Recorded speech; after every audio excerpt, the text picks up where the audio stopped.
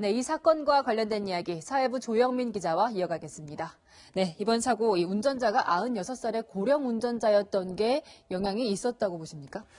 네, 일단 아무래도 지금 단정할 수는 없습니다. 다만 이 사고 현장을 좀 보면서 설명을 드리도록 하겠습니다. 이 운전자는요, 이 주차장을 들이받으며 1차 사고를 냈고, 이 후진하며 차량과 벽을 들이받는 2차 사고를 냈습니다. 이어서 이 결국 3차로 사망 사고까지 내게 되는 거죠. 이 앞서 두 번의 사고에서 차량을 멈출 수 있었지만 그러지 못했고 10m나 후진하면서 사망 사고까지 내게 된 겁니다. 이 96살 운전자, 경찰은 운전 경력이 짧지 않다고 얘기했지만 이 사고를 낸 뒤 당황해서 기어를 착각했다 이렇게 진술했습니다. 고령이기 때문에 사고 대처에 어려움이 있지 않았겠느냐 이런 게 경찰의 설명입니다. 네, 이런 문제가 제기된 적은 많은 것 같은데 실제 고령 운전자 사고가 늘어나고 있나요? 말씀하신 것처럼 굉장히 사고 많습니다. 영상을 좀 준비했거든요. 먼저 좀 보시죠.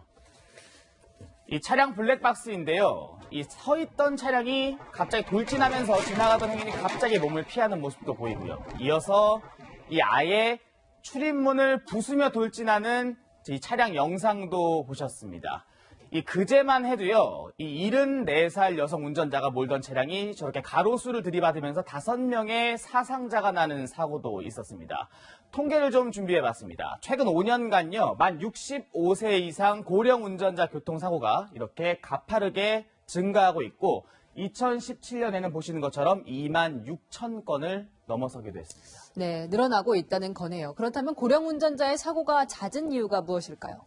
일단 이를 설명할 수 있는 이 대표적인 사례가 지난달 영국에서 있었습니다. 엘리자베스 여왕의 남편인 98살 필립 공이 마주오던 차량과 충돌해 2명을 다치게 했는데요.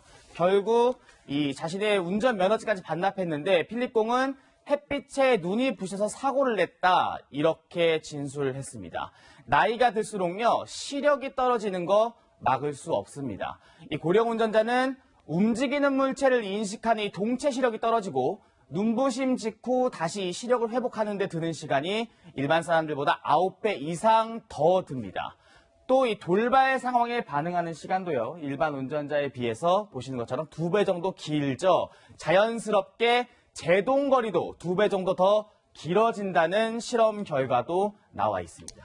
네, 그렇지만 이 나이가 많이 든 것만으로 운전자들 탓을 할 수는 없을 텐데 이런 비슷한 사고를 미리 막을 정책이 있을까요?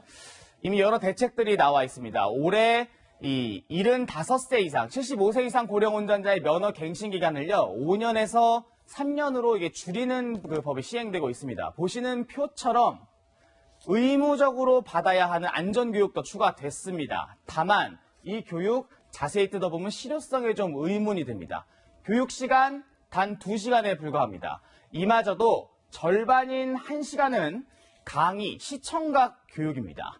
나머지 1시간 동안 선입기, 시계 기억하기, 교통표지판 번별, 공간을 기억하기 등 이런 문제를 푸는 시간입니다. 다만 본질적인 문제가 하나 빠져 있다는 생각이 드는데요. 무엇인지는 관계자의 설명으로 직접 들어보시죠.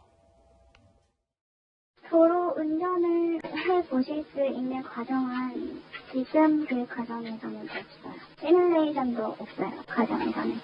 포함되어 있습니다. 이 필립 공의 선택처럼 운전면허 반납 등 적극적인 조치와 또 동참이 필요하다는 의견도 적지 않습니다. 네, 여기까지 듣겠습니다. 사회부 조영민 기자였습니다.